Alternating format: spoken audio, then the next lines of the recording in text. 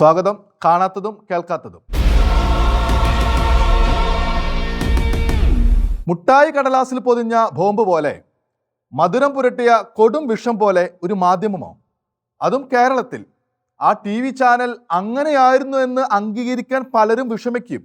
കാരണം അതിനെ ഇത്ര നാളും വിശ്വസിക്കുകയും അവരുടെ വാക്കുകൾ കേട്ട് നിരവധി ബഹുമാനരെ അവഹേളനത്തോടെ കാണുകയും ചെയ്ത മനസ്സുകൾക്ക് അതെല്ലാം പോഷകമായിരുന്നു എന്ന് പെട്ടെന്ന് സമ്മതിക്കാൻ കഴിയില്ല. മീഡിയ വൺ ചാനലിനെ സംപ്രേഷണാനുമതി നിഷേധിച്ച കേന്ദ്ര സർക്കാരിൻ്റെ നടപടിയെ ഹൈക്കോടതി സിംഗിൾ ബെഞ്ച് ശരിവെച്ചു. അപ്പീലിൽ ഡിവിഷൻ ബെഞ്ച് വിലക്ക് സ്റ്റേ ചെയ്തില്ല. വിധി വരാനിരിക്കുന്നു. ആ മാധ്യമത്തിൻ്റെ പിഴ ഒരു നിമിഷം കൂടി പോലും സംപ്രേഷണം അനുവദിക്കാൻ പാടില്ലാത്ത വിധം ഗുരുതരമാണെന്ന ബോധ്യമാണ് സിംഗിൾ ബെഞ്ചിൻ്റെ വിധിയിലൂടെ വെളിപ്പെട്ടത്. വിലക്ക് സ്റ്റേ ചെയ്യണമെന്ന ആവശ്യം നിരാകരിക്കപ്പെട്ടതും ഈ വിഷയത്തിലെ ഗുരുതരാവസ്ഥ തന്നെ സാധാരണക്കാർക്ക് ഫീൽ ചെയ്യിക്കുന്നു. അന്തിമ വിധിയെക്കുറിച്ച് ഇപ്പോഴൊന്നും പറയാനില്ല. എന്നാൽ ഇത്രയും കാലം ഒരു മാധ്യമത്തിൻ്റെ കപട നീതി വിചാരവും കപട മതനിരപേക്ഷതയും കണ്ടും മത്തു പിടിച്ച് സ്വന്തം സമുദായ നേതൃത്വങ്ങളെ തള്ളിപ്പറഞ്ഞ ഹൈന്ദവ ക്രൈസ്തവ നാമധാരികൾക്ക് മനസ്സുണ്ടെങ്കിൽ ഒന്ന് ലജ്ജിക്കാം. രാജ്യത്തെ ഒറ്റുകൊടുക്കാൻ മടിക്കാത്ത മതമൗലികവാദ മാധ്യമത്തെ ഇത്രയും കാലം വളർത്തിയെന്നാണ് ഇനിയൊരു നാൾ തിരിച്ചറിയേണ്ടി വരുന്നതെങ്കിൽ കേരളം ഒന്നടങ്കവും ലജ്ജിക്കേണ്ടി വരും. ദിവസങ്ങൾക്ക് മുമ്പ് മീഡിയ വൺ ചാനലിലുള്ള കേന്ദ്രത്തിൻ്റെ സംപ്രേഷണ വിലക്ക് സ്റ്റേ ചെയ്ത് വിശദീകരണം ആരാഞ്ഞതാണ് കോടതി. എന്നാൽ രാജ്യരക്ഷയുടെ കാര്യം വരുമ്പോൾ സ്വാഭാവിക നീതിയുടെ വാദവുമായി പോരേണ്ടെന്ന് സിംഗിൾ ബെഞ്ച് പിന്നീട് പറഞ്ഞു. എന്തുകൊണ്ട്? ചാനൽ ഭീഷണമായ വഴിയിലാണെന്ന ഇന്റലിജൻസ് റിപ്പോർട്ടാണ് കേന്ദ്ര സർക്കാർ ഹൈക്കോടതിക്ക് നൽകിയത്. അതുകൊണ്ട് മാത്രമാണ് ഒരു മാധ്യമത്തെ ബാധിക്കുന്ന കാര്യമായിട്ടും കോടതി അങ്ങനെ ചെയ്തത്. എത്ര ആശങ്കാജനകമായ സാഹചര്യം! എന്താണ് ആ ചാനലിൻ്റെ പിഴ? നമുക്കറിയില്ല. കേന്ദ്ര സർക്കാർ മുദ്ര വെച്ച കവറിലാണത് കോടതിക്ക് സമർപ്പിച്ചത്. എന്തായാലും യാദൃശ്ചികമല്ലാത്ത കടുത്ത യാഥാർത്ഥ്യങ്ങളാകും. മറ്റു റിപ്പോർട്ടുകളെ ആസ്പദിച്ച് നമുക്ക് ഊഹിക്കാൻ കഴിയുന്നത് ഒന്നു മാത്രം: ഭാരതത്തെ ഇസ്ലാമികാധിപത്യത്തിന് കീഴിലാക്കുക എന്ന ലക്ഷ്യത്തിനു വേണ്ടി നടത്തിയ ഒറ്റുകൊടുക്കലാണ് റിപ്പോർട്ട് ചെയ്യപ്പെട്ടിരിക്കുന്നതെന്ന്. ചാനലിൻ്റെ അന്തിചർച്ചകളും കുറ്റവിചാരണകളും കണ്ട് ലഹരി കയറി സ്വന്തം സഭാ നേതൃത്വത്തെയും വൈദിക നേതൃത്വത്തെയും സന്യസ്തരെയും നിന്ദിക്കുകയും അവമതിക്കുകയും ചെയ്തവരൊക്കെ കണ്ണും കാതും തുറക്കട്ടെ. കഥയറിയാത്ത ജനങ്ങളെ കപടനീതിയുടെയും കപട മതേതൃത്വത്തിൻ്റെയും കണ്ണടയാൽ തെറ്റിദ്ധരിപ്പിച്ചത് ഇപ്പോഴെങ്കിലും ആരെങ്കിലും തിരിച്ചറിയുന്നെങ്കിൽ നന്ന്. മാധ്യമവും മീഡിയയുമൊക്കെ തങ്ങൾ മാത്രമെന്ന് പേരുകൊണ്ട് തന്നെ സ്ഥാപിച്ചെടുക്കാനുള്ള കുശാഗ്ര ബുദ്ധിയോടെ ചിലർ വന്നപ്പോൾ ജനങ്ങൾ തിരിച്ചറിഞ്ഞില്ല അവരുടെ വിദൂര ലക്ഷ്യങ്ങളും ശക്തി സ്രോതസ്സും ഏതൊക്കെയെന്ന്. അവർ യഥാർത്ഥത്തിൽ ആരുടെ സന്തതിയെന്ന്. അവരെ താങ്ങുന്ന രാഷ്ട്രീയ, സാമൂഹിക, സാംസ്കാരിക പ്രബുദ്ധരാണ് വിസ്മയം. താലിബാനെ വിസ്മയമെന്ന് വിളിച്ച മാധ്യമവിശേഷം വായിച്ചിട്ടും കേട്ടിട്ടും ഒരു മൂളൽ കൊണ്ട് പോലും പ്രതികരിക്കാതിരുന്നവരുടെ കാപ്പട്യം. കഥയറിയാത്തവർ ജമാഅത്തെ ഇസ്ലാമിയെക്കുറിച്ച് അറിഞ്ഞിരുന്നെങ്കിൽ, സയ്യിദ് അബുൽ ആൽ മൗദൂദി എന്ന മാറ്റുതികഞ്ഞ ഇസ്ലാമിക മതമൗലികവാദിയെക്കുറിച്ച് ഓർത്തിരുന്നെങ്കിൽ, ലോകം മുഴുവൻ ഇസ്ലാമിക ഭരണത്തിന് കീഴിലാക്കാനുള്ള തീവ്രവാദ വിഭാഗങ്ങളുടെ ലക്ഷ്യത്തെക്കുറിച്ചും ഇന്ത്യയിൽ അവർക്കുള്ള രഹസ്യ അജണ്ടയെക്കുറിച്ചും ഗ്രഹിച്ചിരുന്നെങ്കിൽ, ബംഗ്ലാദേശ് രൂപീകരണത്തിൻ്റെ പേരിൽ ഇന്ത്യയോട് അവർക്കുള്ള പക മനസ്സിലാക്കിയിരുന്നെങ്കിൽ, കേരളത്തിലെ സാമാന്യ ജനം ഇക്കൂട്ടരെ മതേതരത്വവാദികളെന്ന് കരുതുമായിരുന്നില്ല. ഇടമുറിഞ്ഞ് പല നൂറ്റാണ്ടുകളിൽ ഇന്ത്യയെ ഭാഗികമായി ഭരിച്ച മുസ്ലിം ഭരണാധികാരികൾക്ക് സാധിക്കാതെ പോയത് ഇന്ത്യ മുഴുവനെയും ആധിപത്യത്തിലാക്കുക എന്നത് ലക്ഷ്യമിടുന്ന ഇസ്ലാമികവാദികളുടെ ഗൂഢസ്വപ്നം മനസ്സിലാക്കിയിരുന്നെങ്കിൽ, ഇത്തരം ചാനലുകളെ ബോധമുള്ള ഏതെങ്കിലും മലയാളി, ഏതെങ്കിലും ഭാരതീയൻ പുകഴ്ത്തി പാടുമായിരുന്നോ? എന്തു കാര്യം സാധാരണ കേരളീയർ ചെയ്യാത്തത് ഇവിടുത്തെ രാഷ്ട്രീയ നേതാക്കൾ ചെയ്യും. ഇത്രയും കാലം ആസൂത്രിതമായി തന്നെയാണ് വിവാദ ചാനലും അതിനോടൊത്തു നിൽക്കുന്ന അച്ചടി മാധ്യമവും സമൂഹത്തിൽ ഇസ്ലാമിന് മാത്രം അനുകൂലമായുള്ള പൊതുബോധം നിർമ്മിക്കാൻ ശ്രമിച്ചുകൊണ്ടിരുന്നത്. ഇരവാദവും ദളിത ദുർബല രക്ഷകനാട്യവും ഒക്കെ പരീക്ഷിച്ചു. മേമ്പൊടിക്കായി മാത്രം മതനിരപേക്ഷതയും തീവ്രവാദ വിരുദ്ധതയും സൈന്യമടക്കം രാജ്യത്തിന്റെ സംരക്ഷക സംവിധാനങ്ങളെയെല്ലാം ഇകഴ്ത്തുന്ന ഗൂഢമായ അപലാപങ്ങൾ, മറ്റു സമൂഹങ്ങളിലെ വിമത സ്വരങ്ങളെ പിന്തുണയ്ക്കുന്ന പ്രചാരണങ്ങളും പക്ഷം ചേരലുകളും, അത്തരം ചില നീക്കങ്ങളിൽ കോടതി വിട്ട മുൻ ന്യായാധിപൻ വരെ തല കാട്ടിയപ്പോഴാണ് കേരളം ഞെട്ടലോടെ പലതും തിരിച്ചറിഞ്ഞത്. അവരുടെ ലക്ഷ്യം ഒന്നു മാത്രം: തങ്ങളുടേതല്ലാത്ത സമൂഹങ്ങളെ തമ്മിൽ തല്ലിക്കുക, അവയുടെ മുഖ്യധാര നേതൃത്വങ്ങളെ ദുർബലപ്പെടുത്തുക. ഈ മതമാധ്യമ കൗശലം തിരിച്ചറിയാത്ത ഒരു ഗണമേ ലോകത്തുണ്ടാകൂ.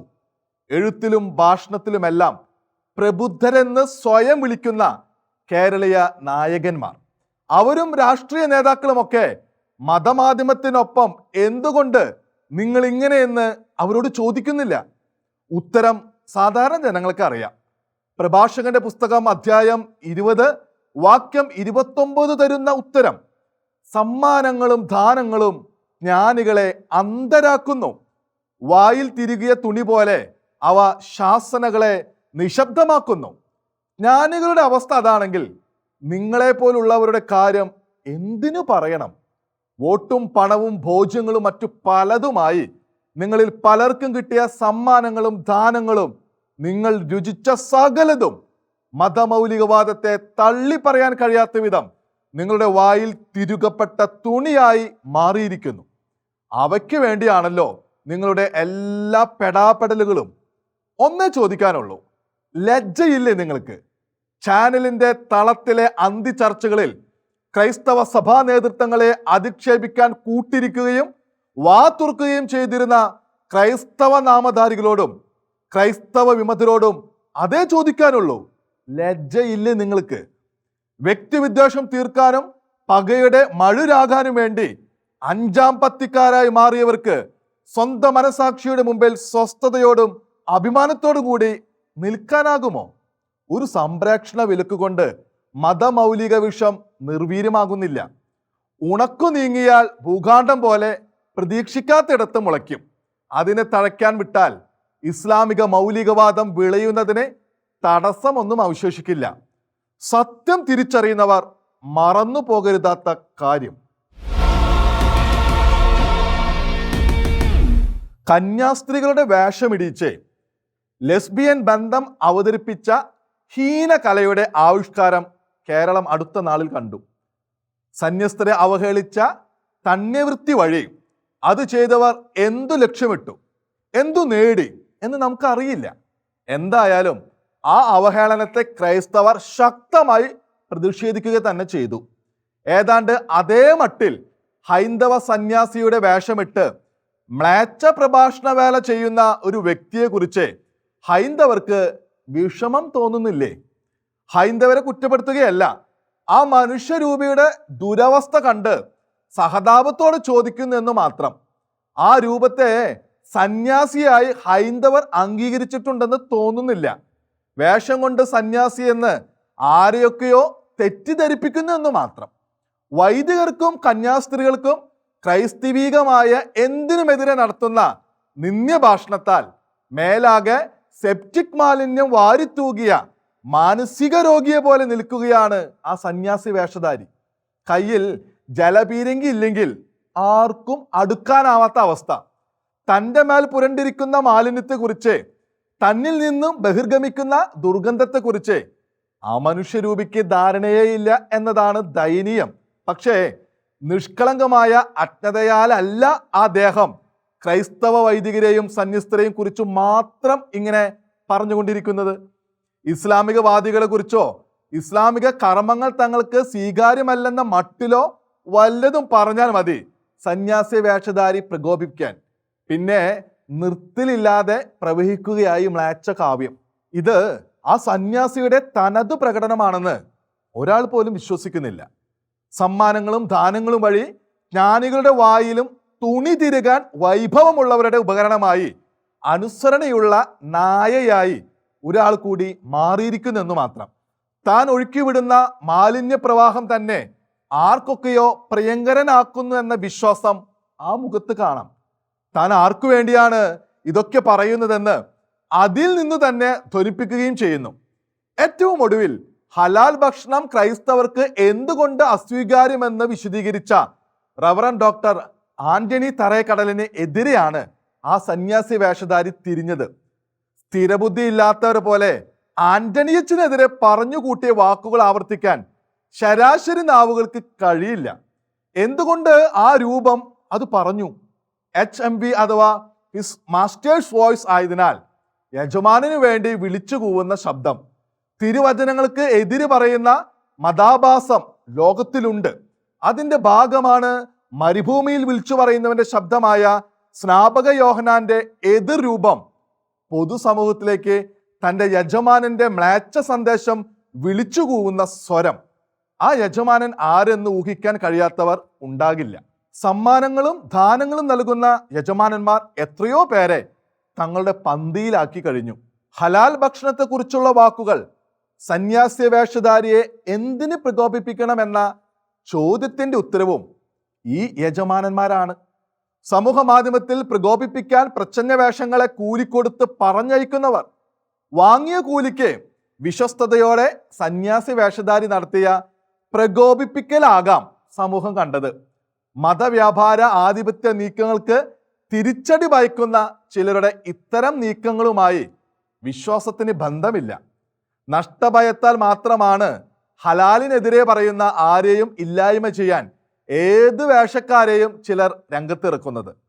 സന്യാസി വേഷധാരിയുടെ മലിന ഭാഷണം ഒരിക്കൽ കൂടി തെളിയിക്കുന്നു ഹലാലിനെതിരെ ക്രൈസ്തവ നേതാക്കൾ പറയുന്നത് അവരെ എത്രമാത്രം വിരളി പിടിപ്പിക്കുന്നു എന്ന്. ഇത് വൈകാരികതയല്ല, കച്ചവടവും മതാധിപത്യവും മാത്രം ലക്ഷ്യമിടുന്നവരുടെ ആസൂത്രിത നീക്കമാണ്. ആരുടെയോ കൂലി വാങ്ങി സമ്മാനവും ദാനങ്ങളും ആസ്വദിച്ച് വൈദികരെയും കന്യാസ്ത്രീകളെയും അധിക്ഷേപിക്കുന്ന സന്യാസ വേഷക്കാർ അവരർഹിക്കുന്ന വിലയ്ക്ക് മാത്രമേ കാണേണ്ടതുള്ളൂ. എങ്കിലും പൊതുസമൂഹത്തിലേക്ക് ഭാഷണ മാലിന്യം തള്ളുന്നത് അവഗണിക്കാൻ കഴിയില്ലെന്ന് മാത്രം. അബദ്ധഭാഷണം നടത്തുന്നവർ അത് അധികമാരും കേൾക്കാതെ പോയിരുന്നെങ്കിൽ എന്നാണ് ആഗ്രഹിക്കുക. എന്നാൽ താൻ പറയുന്ന വിഷവചനങ്ങൾ പരമാവധി പേർ കേൾക്കട്ടെ എന്നതാണ് സമൂഹ മാധ്യമങ്ങളിലെ പുത്തൻ അവതാരങ്ങളുടെ പ്രവണത. അതും വിസ്മയം തന്നെ. പർദ ഹിജാബ് വിവാദത്തിന് പിന്നിൽ വല്ല ആസൂത്രിത നീക്കവും ഉണ്ടോ? സംശയത്തിന് സാധ്യത ഉയരുന്നു. പർദയിലൂടെയും ഹിജാബിലൂടെയും എന്തും സാധിക്കും. സാധിക്കാവുന്നത് സാംസ്കാരിക ആധിപത്യമാണ്. അത് നിശ്ചയമായും ചിലരുടെ ലക്ഷ്യവുമാണല്ലോ.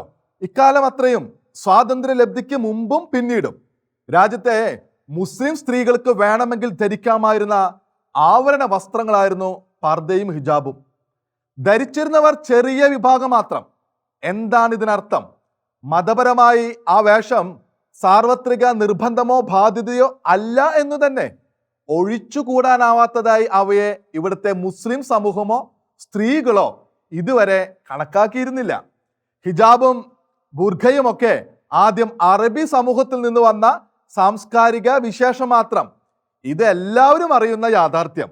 എന്നാൽ സമീപ ദശകങ്ങളിലെ ആഗോള ഇസ്ലാമിക മൗലികവാദ നീക്കങ്ങളുടെ ഭാഗമായി ലോകമെങ്ങുമുള്ള മുസ്ലിങ്ങളെ ഒരു ഫോഴ്സ് പോലെ പ്രത്യക്ഷത്തിൽ തന്നെ ഐക്യരൂപമുള്ള സംഘമായി രൂപപ്പെടുത്താൻ ചിലർ പ്രവണത കാട്ടുന്നു. ഐക്യരൂപത്തിനുള്ള എളുപ്പമാർഗമാണ് പൊതുവസ്ത്രം. അതുപോലെ സാംസ്കാരിക മേൽക്കോയ്മയ്ക്കും പുരുഷന്മാരുടെ കാര്യത്തിൽ അത് നടക്കില്ലെന്ന് എല്ലാ മൗലികവാദികൾക്കും അറിയാം. സ്ത്രീകൾക്ക് പൊതു ആവരണ വസ്ത്രം എന്നതിനെ പിന്തുണയ്ക്കാൻ പല പുരുഷന്മാരുടെയും പിന്തുണ കിട്ടും. കൂടാതെ സ്ത്രീകൾ ശരീരം കഴിയുമെങ്കിൽ കണ്ണൊഴികെ ഒരു ഭാഗവും പുറത്തു കാട്ടാത്ത വിധം വസ്ത്രം ധരിക്കണമെന്ന നിർബന്ധവും പല ഇസ്ലാം വിശ്വാസികൾക്കും ഉണ്ട് താനും. പൊതു ഇടങ്ങളിലും പർദയോ ഹിജാബോ പോലുള്ള ആവരണ വസ്ത്രം അണിയാൻ മുസ്ലിം സ്ത്രീകൾക്ക് ഇപ്പോഴും സ്വാതന്ത്ര്യമുണ്ട്. വേണ്ടവർ ധരിക്കുന്നു, വേണ്ടാത്തവർ ധരിക്കുന്നില്ല. കാരണം അത് മതപരമായ നിർബന്ധമല്ലല്ലോ. പക്ഷേ ആ ഐച്ഛിക സ്വാതന്ത്ര്യമല്ല മൗലികവാദികൾക്ക് ആവശ്യം. നിയമമോ ചട്ടമോ മറ്റ് വസ്ത്രരീതി നിഷ്കർഷിക്കുന്ന ഇടത്ത് തങ്ങളുടെ മേൽക്കോയ്മ പ്രകടിപ്പിക്കാൻ കഴിയും വിധം ആവരണ വസ്ത്രം തന്നെ ധരിക്കണം. അതിന് തങ്ങൾക്ക് മാത്രമായി നിയമത്തിൽ ഇളവോ ഒഴിവോ വേണം. തങ്ങൾക്ക് മാത്രം ഏതു സമൂഹത്തിലും പ്രത്യേകം അവകാശവും സ്വാതന്ത്ര്യവും ഉണ്ടെന്ന് കാട്ടാനുള്ള ചിലരുടെ ഉപാധി. വ്യക്തിപരമോ കേവലം കൂട്ടായോ ആവശ്യപ്പെട്ടാൽ അത് സാധിച്ചു കിട്ടില്ല. അതിനാണ് തീവ്രവാദത്തിന്റെ പിന്തുണ പരോക്ഷമായി ധ്വനിപ്പിച്ച് തങ്ങൾക്കത് സാധിച്ചേ പറ്റൂ എന്ന ആവശ്യവും അത്തരത്തിലുള്ള സമ്മർദ്ദ പ്രയോഗവും ബലപ്രയോഗവും ഭീഷണിയും കൊണ്ട് സാധിച്ചെടുക്കാമെന്ന് വെല്ലുവിളി. അതൊക്കെ സാധ്യമാക്കാൻ വേണ്ടിയാണ് ഇന്നലെ വരെ ആവരണ വസ്ത്രം മതനിർബന്ധമല്ലാതിരിക്കെ തങ്ങൾക്കത് നിർബന്ധമെന്ന് ചില പെൺകുട്ടികളെ കൊണ്ട് വാദിപ്പിച്ച് അവരെ സമരത്തിനിറക്കുന്ന തന്ത്രം. എറണാകുളത്തെ രാത്രി പ്രകടനത്തിൽ കണ്ടതുപോലെ സ്വിച്ചിട്ടാൽ എന്ന മട്ടിൽ പ്രതിഷേധക്കാരും സമരക്കാരും രംഗത്ത് വരുന്നതിന് പിന്നിലെ ആസൂത്രണം കാണാതെ പോകുന്നത് ഭോഷത്വമാണ്. ഇല്ലാത്ത മതനിയമത്തിന്റെ അല്ലെങ്കിൽ ഏതോ മൗലികവാദി ആസൂത്രണം ചെയ്ത പുത്തൻ മതനിയമത്തിന്റെ പേരിൽ രാജ്യത്തെ ചട്ടങ്ങളെയും നിയമങ്ങളെയും വെല്ലുവിളിക്കുന്നവരെ പിന്തുണച്ചാണ് കെ സുധാകരനെ പോലുള്ള കോൺഗ്രസ് നേതാക്കൾ ക്ഷോഭിക്കുന്നത്. മുസ്ലിം അടക്കം എല്ലാ വിഭാഗം വിശ്വാസികളുടെയും ഭരണഘടന വിരുദ്ധമല്ലാത്ത മതാവകാശങ്ങൾ സംരക്ഷിക്കപ്പെടണം. പക്ഷേ ഇല്ലാത്ത നിയമമുണ്ടെന്ന് വരുത്തി സമൂഹത്തിൽ മതസാംസ്കാരിക മേൽക്കോയ്മ സ്ഥാപിച്ചെടുക്കാനുള്ള ശ്രമങ്ങൾ അംഗീകരിക്കാവതല്ലോ. പൊതു ഇടത്ത് ഒരേ വസ്ത്രം എന്നത് സ്കൂൾ യൂണിഫോമും പ്രൊഫഷണൽ ഡ്രസ് കോഡും ഒഴികെ എവിടെയായാലും സൈനീകരണത്തിന്റെയും ശക്തി പ്രകടനത്തിന്റെയും സ്വഭാവമുള്ളതാണ്. അതിനാൽ തന്നെ സംശയജനകവും. ഇരട്ടത്താപ്പ് ഇങ്ങനെയോ? പർദ ഹിജാബ് വിഷയത്തിൽ എങ്ങനെയാണ് ഇടതുപക്ഷം കളമാറി ചവിട്ടുന്നത്? ഇക്കഴിഞ്ഞ ഡിസംബറിൽ ബാലുശ്ശേരി ഗവൺമെന്റ് ഹയർ സെക്കൻഡറി സ്കൂളിൽ ആൺ പെൺ വ്യത്യാസമില്ലാത്ത യൂണിഫോം ഏർപ്പെടുത്തിയ വേളയിൽ ഉന്നത വിദ്യാഭ്യാസ മന്ത്രി പ്രൊഫസർ ആർ ബിന്ദു പറഞ്ഞത് ഈ യൂണിഫോം വിദ്യാർത്ഥികളിൽ ആത്മവിശ്വാസം വർദ്ധിപ്പിക്കുമെന്നാണ്. അത് പുരോഗമനപരമായ നടപടിയെന്നും ഇടത് നേതാക്കൾ അവകാശപ്പെട്ടു. ഇപ്പോഴിതാ കർണാടകയിൽ യൂണിഫോമിനെതിരെ ഹിജാബ് ആവശ്യവുമായി മുസ്ലിം പെൺകുട്ടികളും മറ്റു ചിലരും തെരുവിലിറങ്ങുമ്പോൾ ഇടതുപക്ഷം ആർക്കൊപ്പം? അവർ ബാലുശ്ശേരിയെ മറക്കുകയാണോ? ബാലുശ്ശേരിയിൽ മുസ്ലിം പെൺകുട്ടി അടക്കമുള്ളവർ ലിംഗഭേദമില്ലാത്ത യൂണിഫോം ആവേശത്തോടെ സ്വീകരിച്ചു. പെൺകുട്ടികൾ ട്രൗസറും ആൺകുട്ടികളുടേതുപോലുള്ള ഷർട്ടും ഉപയോഗിക്കുന്നതിനെ ചില മുസ്ലിം സംഘടനക്കാർ പ്രതിഷേധിച്ചിരുന്നു. പക്ഷേ അവരുടെ ആക്ഷേപം മതനിയമം ലംഘിക്കപ്പെട്ടു എന്നായിരുന്നില്ല, വേഷത്തിലെ യാഥാസ്ഥികത്വം നഷ്ടപ്പെടുന്നു എന്നു മാത്രം. എന്ന് വെച്ചാൽ പർദ്ദയും ഹിജാബും ധരിക്കാൻ മതനിയമം നിഷ്കർഷിക്കുന്നില്ല എന്നു വ്യക്തം. കേരളത്തിലെ മുസ്ലിങ്ങൾക്ക് ബാധകമല്ലാത്തതും കർണാടകയിലോ മറ്റു സംസ്ഥാനങ്ങളിലോ ഉള്ള മുസ്ലിങ്ങൾക്ക് മാത്രം ബാധകമാകുന്നതുമായ മതനിയമം ഇക്കാര്യത്തിൽ ഉണ്ടോ? ഇല്ലെന്നറിയാഞ്ഞിട്ടല്ലല്ലോ ഇടതുപക്ഷം പർദ്ദ ഹിജാബ് വാദികളായ കർണാടകയിലെ തീവ്ര മുസ്ലിം സംഘടനകളെ പിന്തുണയ്ക്കുന്നത്. ഇതാണ് ഇരട്ടത്താപ്പ്. തീവ്ര മതവാദികളുടെ സംഘടന എന്താവശ്യപ്പെടുന്നോ അതിനൊപ്പം നിൽക്കുന്ന കാഴ്ച. ബാലുശ്ശേരിയിൽ അക്കൂട്ടർ ഒന്നും മിണ്ടാഞ്ഞതുകൊണ്ടാകാം ഇടതുപക്ഷത്തിന് സ്വസ്ഥത നഷ്ടപ്പെടാഞ്ഞത്. കാണാത്തതും കേൾക്കാത്തതും അടുത്ത ആഴ്ച ഇതേ സമയം.